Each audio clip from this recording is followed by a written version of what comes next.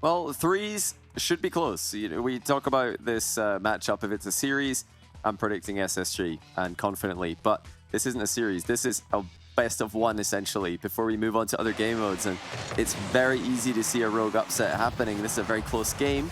So Rogue have, I think, got to take it, though, if you're going to have a chance in this series, because beating Daniel in 1v1 will be a much taller order. Yeah, Daniel is just the ace up the sleeve for Space Station this entire tournament, and they've got significantly strong players for every single type of format that we've got, and a team that's not short of confidence either, as do see Arsenal trying to take it off the pinch off the wall.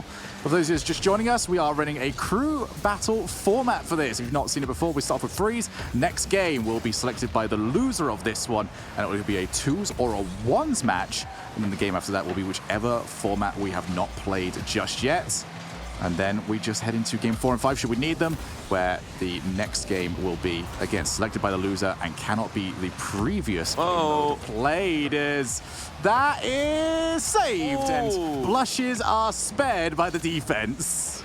This is already reminiscent of the LA Major, which just happened in 3v3. Daniel whiffing it overhead clear, saved by Arsenal. Oh, what a pass. That is unbelievable. The mind game from Gyro doesn't go past Arsenal as well, but I'm upset. What's a pass from Aqua initially there to get the setup. Look, I understand it's really good money for charity, but when a play's that good, you kind of just let it in, you know. Well, it's for the land, though, Shogun. I mean, if you win this, you're in the land. It is, but that goal was for the banter. Like, equal measure over here as we do get ourselves back into that defense, and not the best clear. Puts Daniel straight back into offense. Already see, this is what I have been enjoying. A lot of speculation currently happening over in the chat. Everyone wondering who gets sent, who would play Daniel, can they even beat Daniel? I think they need. I'm all for it. They need Aqua to play against Daniel. There are certain players, or I think it's an interesting one for Rogue, because they do have two very different 1v1 players. Taroko is a very methodical, very positional, decision-making based 1v1 player. Aqua is very mechanical. So how do you beat Daniel? Do you beat him by making decisions and by waiting for him to make a mistake? I don't think so. I think you need to throw mechanics at him to at least have a chance. Any other day, matchups, it could be Taroko. Any other day, I'd completely agree with you, but did you see some of those goals he was conceding earlier on, mate? That's true, it's true. But I think even with that, I mean, Daniel still got the job done. Even when he was playing that badly and missing open nets and messing up his recovery sometimes, even with all that, he's still got a win against a very impressive Flitz in the previous round. So it's really difficult for me to see somebody with the Taroko's playstyle being a difficult match for Daniel, whereas Aqua, yeah, I could see him popping off in one game and being a problem. So I think they've really got to go for Aqua if they do want to have a chance against Daniel. We do see now Aqua taking the ball past and proving exactly why he might be that player. Okay. Took on 2, beat 2, and sets up Taroko for the score. Aqua just doing everything here. Outplays 1, crushes the 50-50 with the last man. And Taroko, reliable as ever, there for the finishing touch. And a must-win 3v3 for Rogue is currently winning for Rogue. Just 2 minutes to go. And have Aqua, once again, just a little bit late to realize that he needed to take the ball on. Now Rettles off the backboard. Well, feinted there. Aqua just trying to prove that he might move in. Instead, dove straight towards the backboard again. That 1-goal lead looking pretty fancy at the moment. Minute and a half left, but mispositioned. A demo attempted by Rettles. And Cole was talking about it earlier on, how they're just so active all the time. That's exactly why. And Daniel getting a nice little flick over the top of Aqua there. That could be something we see later on in the series, a whole bunch more. And this is also, you know, we talk about how much it's a must-win game for Rogue in the 3v3, but looking at their 2v2 record in the previous round, they went 2-0 in that matchup out of the 5 games they played. Oh dear, Aqua out of position and completely unable to recover to block Daniel's shot. That puts SSG up 2-1. Yeah, Aqua had the argument with the post, and as always, the post always wins. Just, he didn't even move. He knew it was already done. So Daniel and Aqua are both the players that have been on the scoreboard, but Daniel currently getting the better of that encounter, an encounter that we might see plenty of throughout this series. Aqua against the 2v1, and Arsenal has fluffed his lines. It looked like there was a very good opportunity to try and make that a 3-1 situation, but instead couldn't put it in. Yeah, certainly, and this is still a good position for SSG, but they can't be throwing away chances like that. That was something we didn't really see from them in their opening match of the day. They were clinical. They're going to be clinical here, surely, as the demo comes through. Daniel opening up the door for Arsenal, who snuck through before Taroko could close it. Yeah, bang, as always, it is off-the-ball plays that are working so significantly well for Spacestation Gaming. Your head has to be on a swivel up against these guys, otherwise you are going to get wiped off the field. Now, Rettles, who has been maybe the only player that we haven't spoken about on the Spacestation side, he's been relatively quiet. Trying to find an opportunity for himself. Daniel, oh my, that is an insane angle to get that shot from. Even with a player like Daniel, it's tough to be ready for something like this. Taroko is up, but gets dusted, and he couldn't afford to wait that long before getting goal side there. Just needed any touch because Daniel's too fast, too accurate, and now Spacestation have opened up an, I think, irrecoverable position. Oh, off the backboard, and yeah, Aqua is going to get rid of it, but I do agree with you. 3 goals at this level should not be dropped, no matter how good Rogue might play. Although Gyro, he's making it a little bit entertaining for us. By the way, I opened up our secondary stream, and the first thing I saw was the words Flitz Wow in all caps. So good to see that he's still carrying that form over in that lower bracket match. If you do want to go and check that out, be sure to just head over. It's pretty much copy and paste the current URL that we have, add a B at the end, and you can go and see the lower bracket between All Mid and X-Set, as this game is very much over. And expecting to see 2s coming out of this one, Johnny? Certainly. I think we will see, well, of course, we'll see 1v1 regardless, but I think Rogue have got to pick the 2v2, just like All Mid did against SSG. You need to get one on the board. You've got to keep the pressure on. Just, throwing a curveball at them by picking 1v1. What's the point? You don't get any mind game victories there. Nobody thinks it's funny. Everybody's just going to know that that's a silly idea. So 2v2, they've won both of their 2v2s in the previous round. It was Aqua and Gyro that played in both games. I would expect that to be the case again. And for SSG, we're expecting it to be Daniel and Rettles, as they are also winners from the previous round when 2v2 is played. Yes, Arsenal has now completed 10 whole minutes of his tournament today. And he's Imagine that 10 minutes that he's going to land. You wouldn't argue against it, but the worst part is I feel like this is the format I would least want to team with Rettles with, because he'll make sure that you're aware that you already played for 10 minutes and you still got to... Arsenal will tweet this. He's ready. He's probably just sitting back in the chair, reclining to the maximum and thinking, carry me, boys. Just win the 2v2, and then from there... It's in their ears, even during the ones. Oh, that was a bad miss. You don't want to be doing that. And we have got the confirmation through. 2s will be the next matchup. So, yeah, Rogue need to continue that good form that they had. 2-0. Both these teams coming in undefeated at 2s for our upcoming matchup. And also not really expecting too many surprises when it comes to overall... The players being thrown in there, I think is the words I'm looking for, so we will see. But in an all-important matchup right now, Rogue have to win this, because otherwise you are facing the Demon Daniel up in that 3rd game. Yeah, from this point onwards, they need to win this 2v2. Then we're going to see 1v1. They don't necessarily have to win that one, but they're going to have to win it at some point, because I really think that will be Spacestation's ace in the sleeve if we go to Game 5 in the series. Spacestation are going to be picking ones. So if they don't win it in the Game 3, they'll have to win it in Game 5. You've got to beat Daniel at some point in order to qualify for the LAN directly. And that is a position that nobody wants to find themselves in, as Daniel takes his time. Getting confirmation as well with the players. Nobody overly surprised at who has entered the field off the pinch. Just something to think about. Something that you wanted to really set up early in a game of 2s. Make sure that that player that is a little bit further back on the defensive side is going to sit a little deeper. Force them to respect what you can do. Once you do establish that respect, you can set up a little bit more, as it now becomes to chase down Rettles. Oh, tried to play for the block, but Gyro understood the situation he was in, took it the other side. Yeah, both players playing very well there. Rettles understanding that there's no point lunging at a play that isn't actually going to happen, and Gyro knowing that he can just casually take the ball to the back corner with no danger of being challenged. Now Rettles getting past one, but the positioning so far from Rogue has been exceptional. They're following up at each other's plays very well. Now Gyro, knowing he's the only line of defense for the time being, goes for the fake challenge. That gives Aqua time to respawn, recover, and Rettles has missed the overhead, but the ball was over the bar. Yeah, Rettles very happy to see the woodwork come and help him out. No goals scored here, just over a minute and 20 played. As Gyro takes his time, realized that Rettles will come and bump him.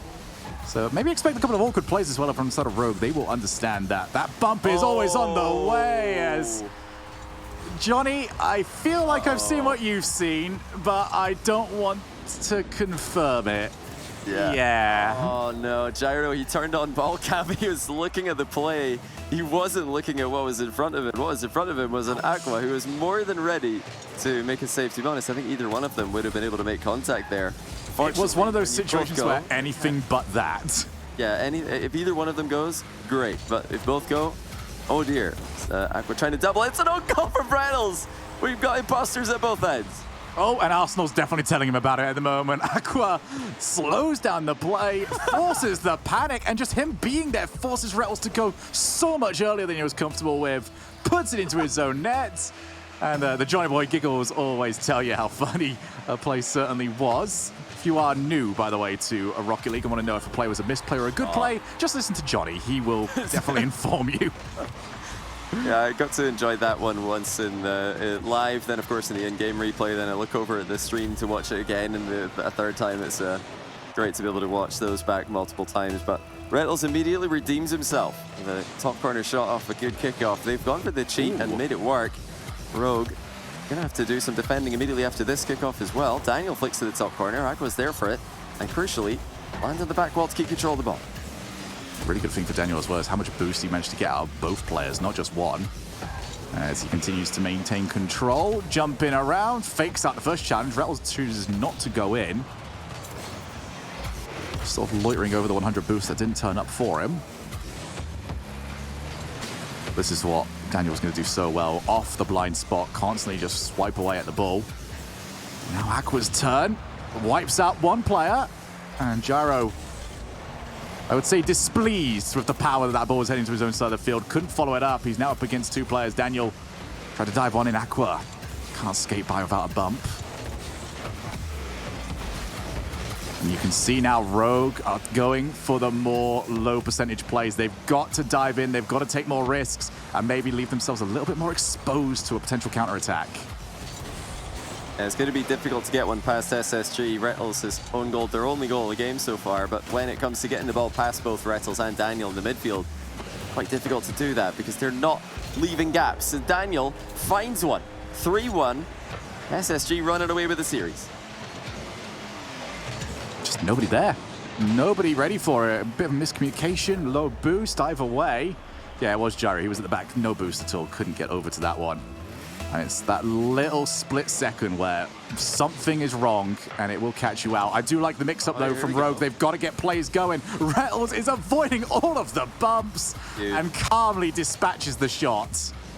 Yeah, we saw that exact play working in Complexity versus Little Step Bros earlier on. That is something Rettles is very aware of, and he knew that he just had to buy time for Daniel to come back and help him, something that both Daniel and Rettles have done phenomenally well in this matchup. They're not lunging in when they're last man. They're just taking their time, just staying goal side and buying time for their opponent, or rather for their teammate, to come back and help them. And it's also the same whenever the second man is, or rather the first man is challenging. They're not diving in unless follow-up is right behind them. I like the ideas that I've seen from Rogue. There's a lot of sending the first player the ball and then faking it out and trying to bump the keeper, but it's just not worked. The players on the goal line have been far too slippery, as that is going to potentially shut down this game. SSG, far too good when they see even a slight look at the goal. Clinical. They have been clinical. Rettles even clinical in his own net in this series, as they've scored 5 goals now. 4-1 lead, however. Rogue do still have an outside chance, though. They've been cheeky with the kickoffs, decide not to be on this occasion. With how volatile kickoffs can be, you can't let your guard down even with a 3-goal lead. And just a minute left in the clock. There's a chance. Daniel all over it. There might actually be another chance for SSG on the other end. Rettles shoots immediately at top target. Aqua has to move quickly here as Rettles comes in behind him, takes him out to play. Yeah, you won't see assists like that later on in the ones game. which is coming up after this, but I'm sure Daniel appreciated the support. Not the best clear there, actually, from Rettles, and he's put himself in a bad spot, actually. Daniel was all the way down the other side of the field. Again, just the execution, it's been completely different between these two teams. One of them has had brilliant ideas and just could not get them to come off. And the other one is just creating chances from nothing as Daniel, he knows he's got another 5 minutes ahead of him in the ones. Might as well shove some flair before you head over. What is this shot from Daniel? He just flipped upside down and scored. I don't know how he got an arc on this, but he scored it to the top shelf from almost a dead ball. That was ridiculous how he created an arc out of this. I almost expect a play like that to only go up there if they get a pinch or something, but instead underneath it. Just like Rogar, underneath a lot of pressure. Daniel, one more, why not? Aqua's the only one back, wiped out by one. If you want an explanation as to how you expect to see Spacestation play, this is what you show somebody. Brutal by Spacestation. And now they've got to beat Daniel when you have no help, all by yourself. How on earth are they supposed to do that? 1v1 guaranteed for game number 3, and SSG already lead by 2. Daniel with a couple of worldies at the end of the game there, but mostly that goal for 5-1. That was absolutely stunning from Daniel.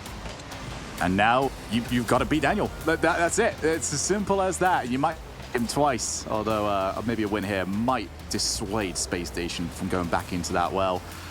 But the Spacestation just look dominant everywhere right now, and of the two talismans, Daniel is the one that is on form, and you can see why this was the team put together for the twos games.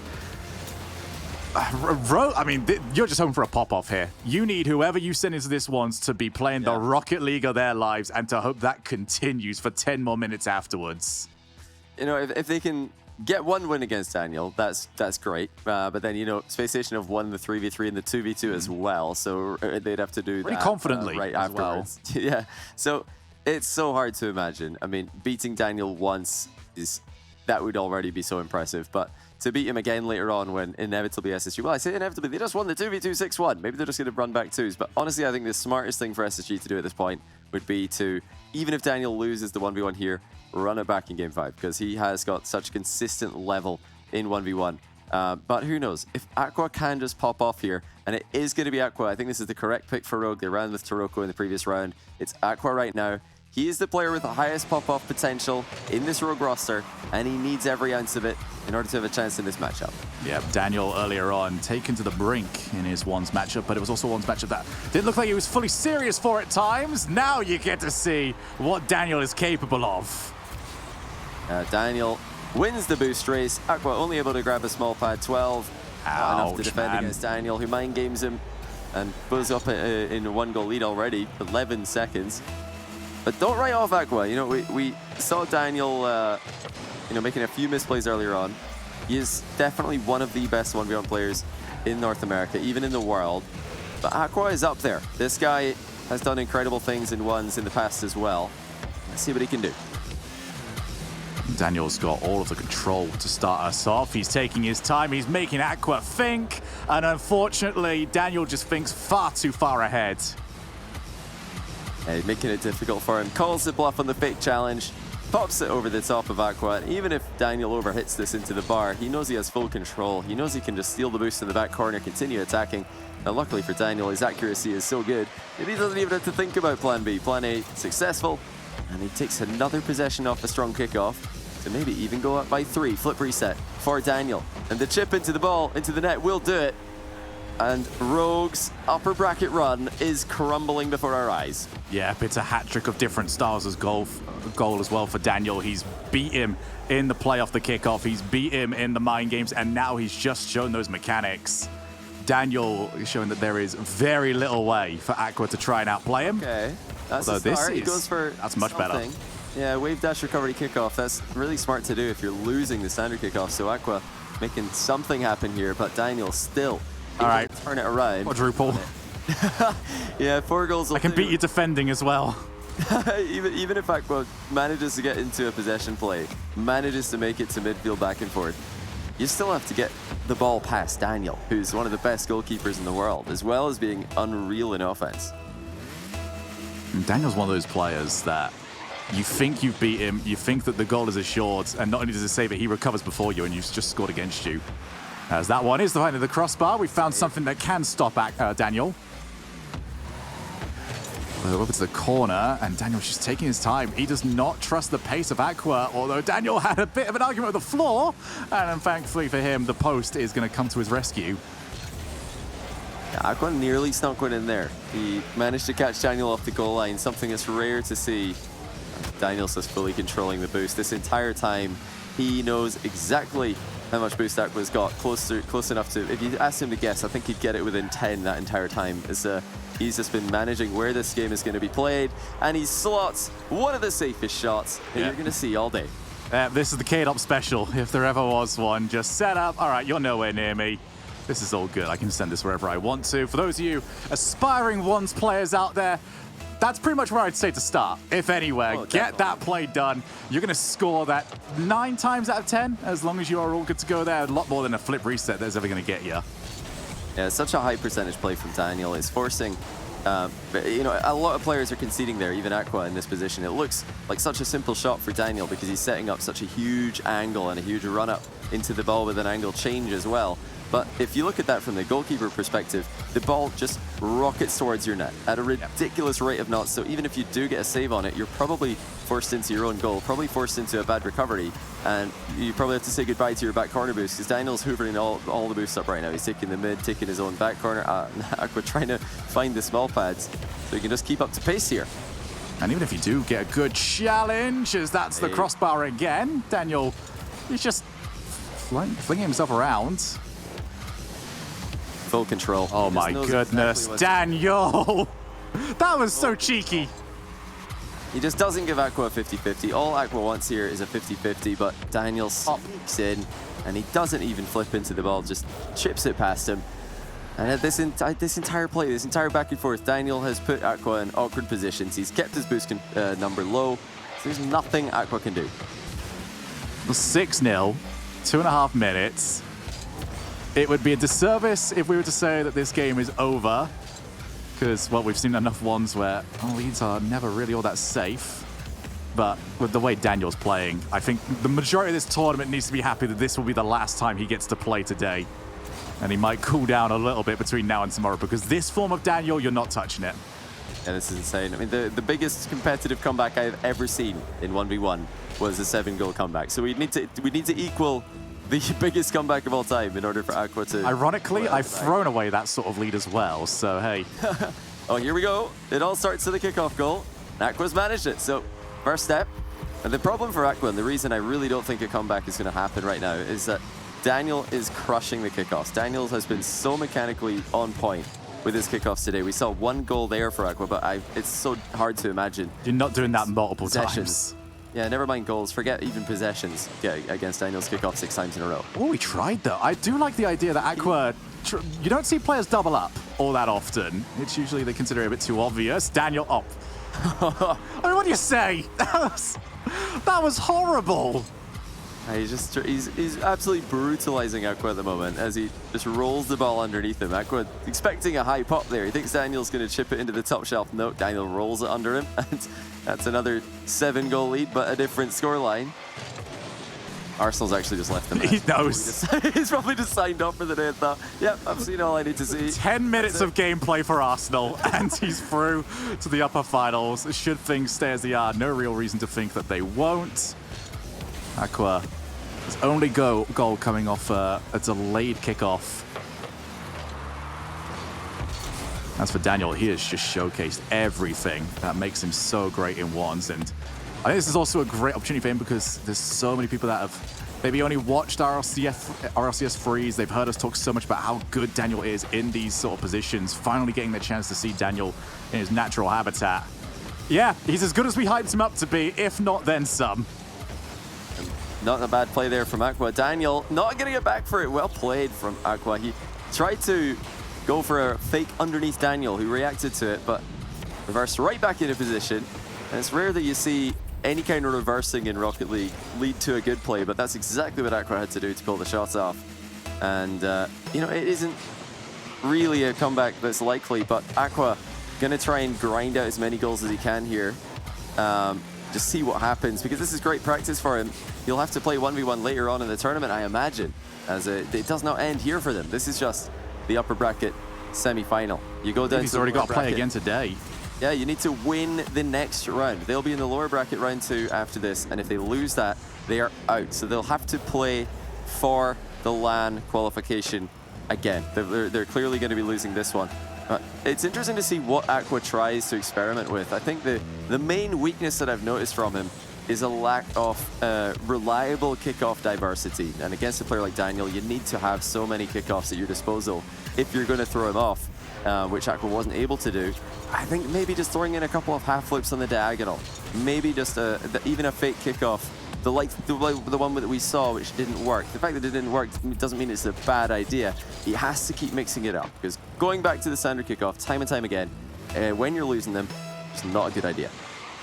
Well, for Aqua as well, if he is going to potentially play, I believe that lower bracket match will be between the winner of Little Step Bros and Sonic. So with the way that they played earlier on, that would either be T Corral, or it would be, as I get my stuff up over here, T Corral or Alpha Cap. How did I manage to forget Alpha Cap? He was something else. And we saw him earlier on, as Daniel's also been something else. So those are two difficult matchups. I feel like one of those, I'd put him as a bit more of a favorite than the other. But either way, you've got to get something rolling for yourself before you head over to that matchup. I really think that Rogue would fancy their chances against Sonics, because that's a team who don't have as much experience in 1v1. The only 1v1 they played today, they lost it, whereas Little Set Bros have played 2 1v1s, so they've won 1, lost 1. So if you're thinking about a future matchup there, you'd probably rather play Sonics. I think Rogue would fancy their chances in every single game mode in that matchup, whereas Little Set Bros, that's a bit more tricky. Alpha Cap, I think, clearly the better 1v1 player, so it's hard to beat. We saw Razebull do it though. He's not unbeatable. He's not on the Daniel level, but we'll have to wait and see, as that match is still to come up later in the lower bracket. We do have Xset All Mid in the lower bracket. All Mid have actually taken the 1v1 there. Both teams, by the way, have got a 1v1 main subbing in, Chronic versus Cam there. And interestingly enough, they played a 1v1 in game 2 there, and the finishing score was 3-2, which is unbelievably low for 1v1, as evidenced by the 10-4 that we just witnessed. So plenty of action on the B stream as well if you want to stay up to date with what's happening on both sides of the bracket here today. On this side, Spacestation have just qualified for the LAN, and off the back of a ridiculous performance from their star player Arsenal. Yeah, it only took them 6 games to do it. Now, Arsenal had the easiest professional day of Rocket League of his entire life. He came in, won 2 games of 3s. He did his job, as so did the rest of his team. Rapid and Daniel dominated in the 2s